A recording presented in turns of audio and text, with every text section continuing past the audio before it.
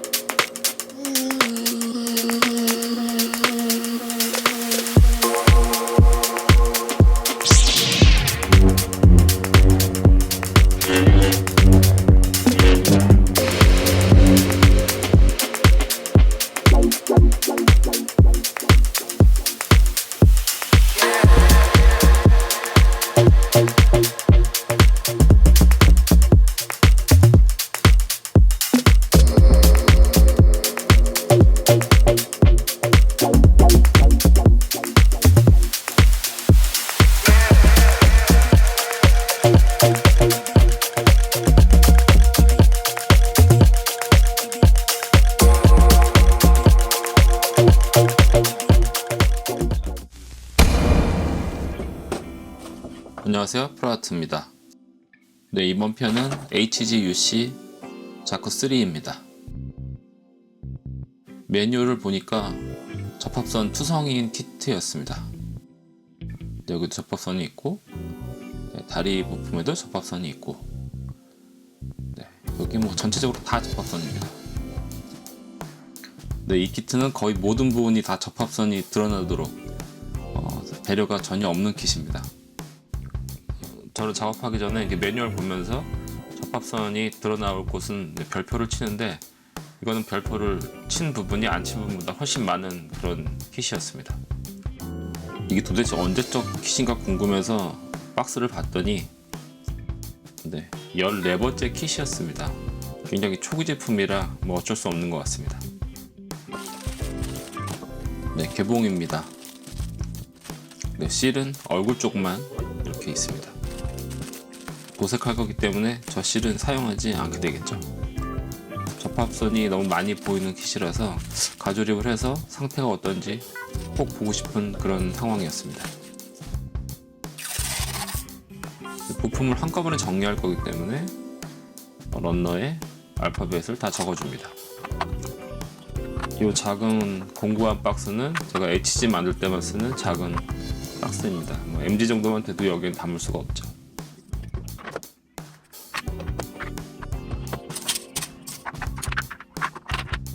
부품을 다듬습니다. 런너별로 담아두게 되죠. 네, 열심히 다듬어서 이렇게 잘 정리되었습니다. 네, 이렇게 정리가 끝나면은 이제 작업하고 싶을 때 열어서 작업을 시작하면 되는 것이죠.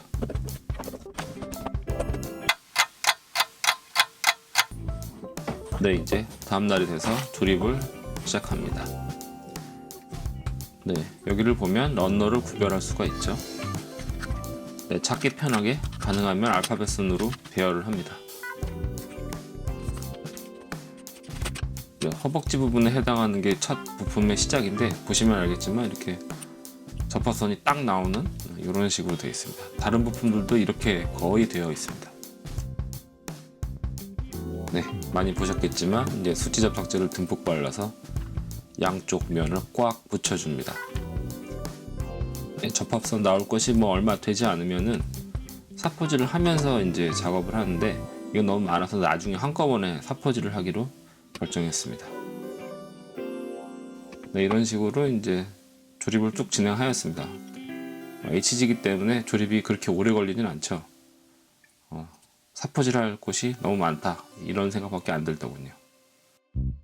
대신에 이제 조형은 좋았기 때문에 괜찮았습니다. 네, 이렇게 가조립이 완성이 되었습니다. 가조립하고 느낀 점은 이제 HG 치고는 이제 크기가 좀 큰 편이었습니다. 자크 3가 좀 크죠. 전체적인 조형감은 괜찮은데 아무래도 넓은 면들이 좀 단조롭게 보이는, 좀 허전한 느낌이 많아서 그런 점을 많이 이제 보완해주기로 도색 방향을 정했습니다.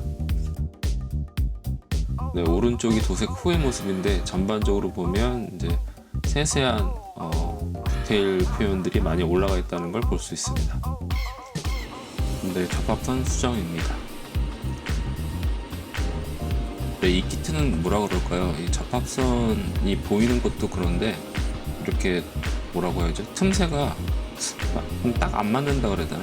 되게 틈새가 벌어져 있어서 수정하는데 좀 애를 많이 먹었습니다.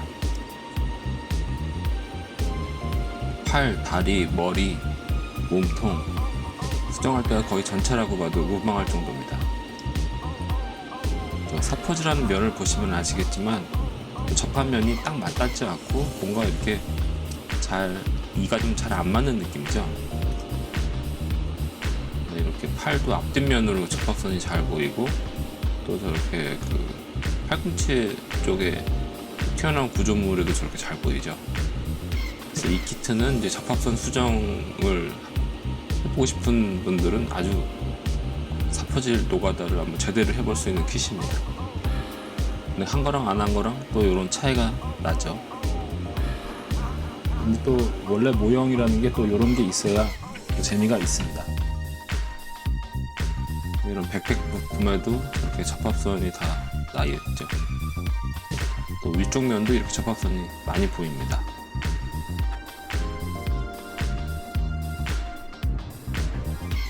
뭐 사포질을 부품마다 하는 게 꽤 길었는데 뭐 사포질하는 영상만 보여드릴 수는 없으니까 이 정도에서 넘어가겠습니다. 부품 세척을 하기 위해서 부품들을 모아주고 어느 정도 분해를 합니다.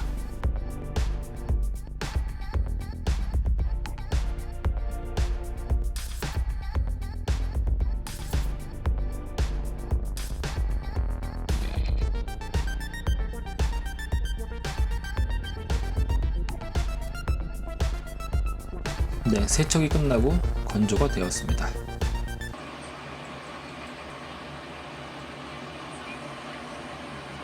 미스터 하비의 서페이서 500번을 뿌려주었습니다. 서페이서 이후에는 아크릴 도료이기 때문에 검은색 프라이머를 뿌려주었습니다.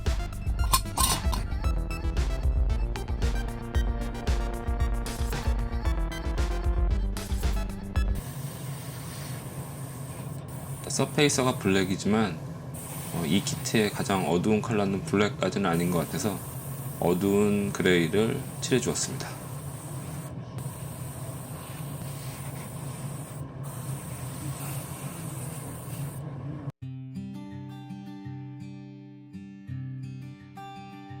네, 밝은색 부분에 베이스 코트를 깔아야 되기 때문에 희석을 하는 중입니다.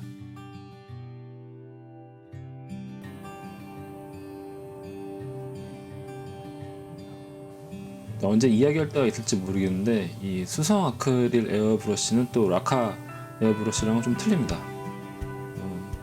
이 아크릴은 이제 라카처럼 이제 플라스틱 면을 살짝 녹이면서 이렇게 칠하는 방식이 아니고 이렇게 한 겹을 싸줘야 되는 방식입니다. 아크릴로. 그래서 너무 세게 뿌리면 이제 라카에 비해서 많이 흘러내리기 때문에 약간 약한 바람을 쓰는 게 정석이죠.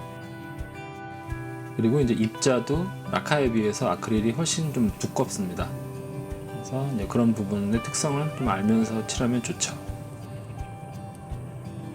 기본 베이스 컬러를 칠한 상태이기 때문에 다음 작업을 위해서 유광 마감을 해주었습니다.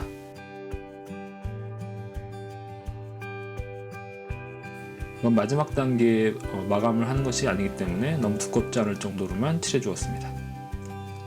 불행하게도 헤드에 안테나가 부러지는 바람에 이렇게 나중에 붙이기 위해서 따로 도색을 하는 중입니다.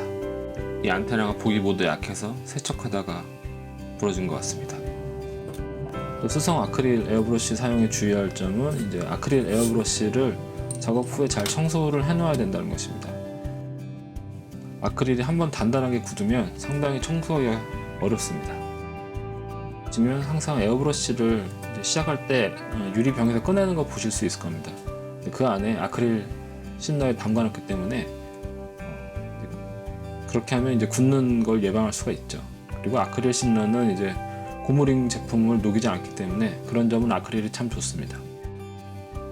저는 IPA 이소프로필 알코올에 담가 놓는데 이 알코올은 이제 일반적인 소독솜 그리고 이제 일반적인 세정제 알코올로 많이 쓰입니다. 디테일이 없는 이제 바디 쪽에 패널 라인을 대폭적으로 이제 그려준 다음에 도색을 시작합니다. 그림으로 디자인했던 패널 라인들을 좀 더 리얼하게 보일 수 있도록 각 면들에 대해서 이제 그라데이션 도색을 합니다. 사실 이게 이제 모듈레이션이라고 해야지 더 맞는 표현이긴 한데 어쨌든 용어상 그라데이션이니까 그라데이션 도색을 합니다. 네, 그라데이션 도색을 하고 있지만 실제 이제 이 단계에서 도색이 끝나는 게 아니고 더 밝은 화이트로 한 번 더 나중에 칠해주게 됩니다. 더 자세하게 패널 라인이 안 된 지금의 이런 부분들은 나중에 한 번 더 패널 라인을 그려주게 됩니다. 이 다리 쪽 부분은 이제 화이트가 올라가서 이제 3단계로 밝은 부분이 표현된 것입니다. 이제 바디의 어두운 컬러들을 표현해 나갑니다.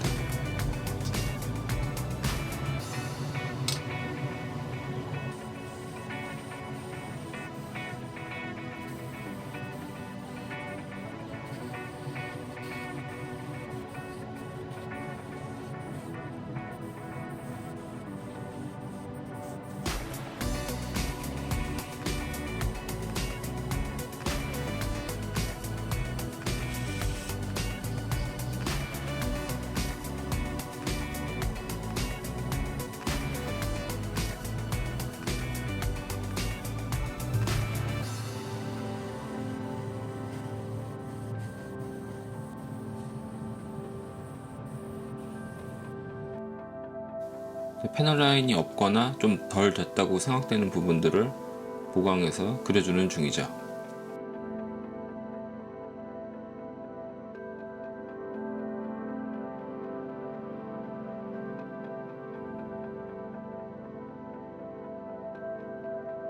네, 이 과정이 굉장히 손이 많이 가고 또 오래 걸리는 작업입니다.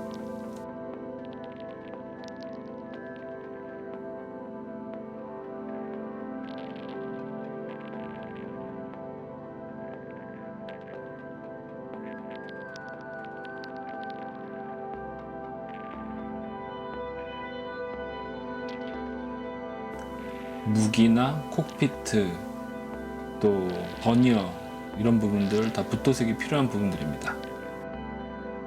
메탈릭한 표현에 드라이 브러싱을 하고 있습니다.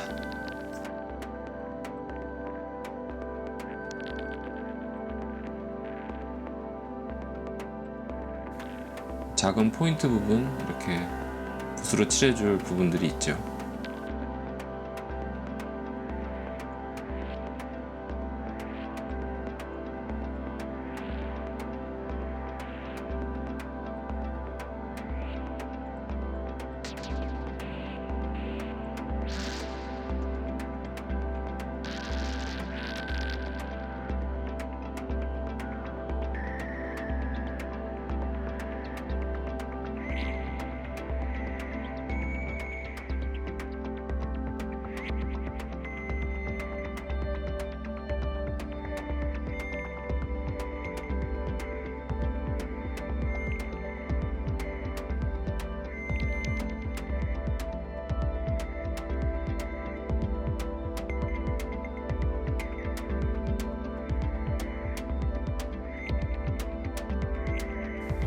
분할하기가 어려워서 이제 에어브러시로 일단 덮은 부분들 중에서 붓도색이 필요한 부분들 해주고 있습니다.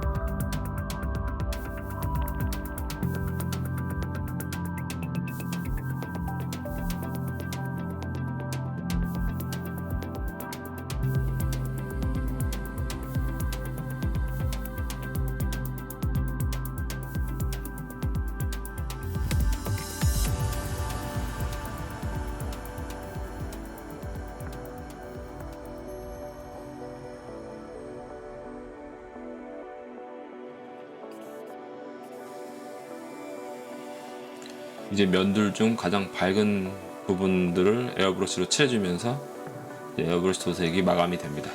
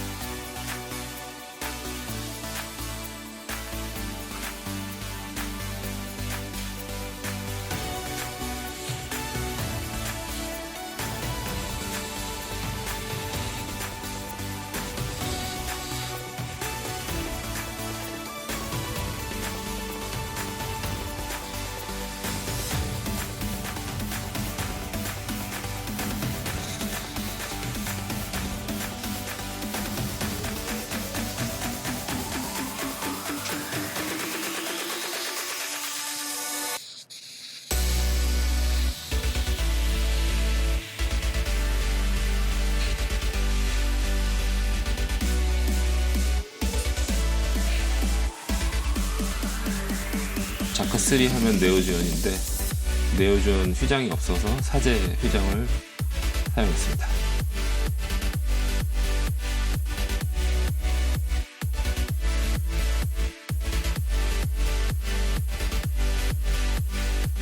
제 기본 성향이 좀 웨더링을 좋아하기 때문에 과하지 않을 정도의 아주 약한 웨더링을 해주었습니다.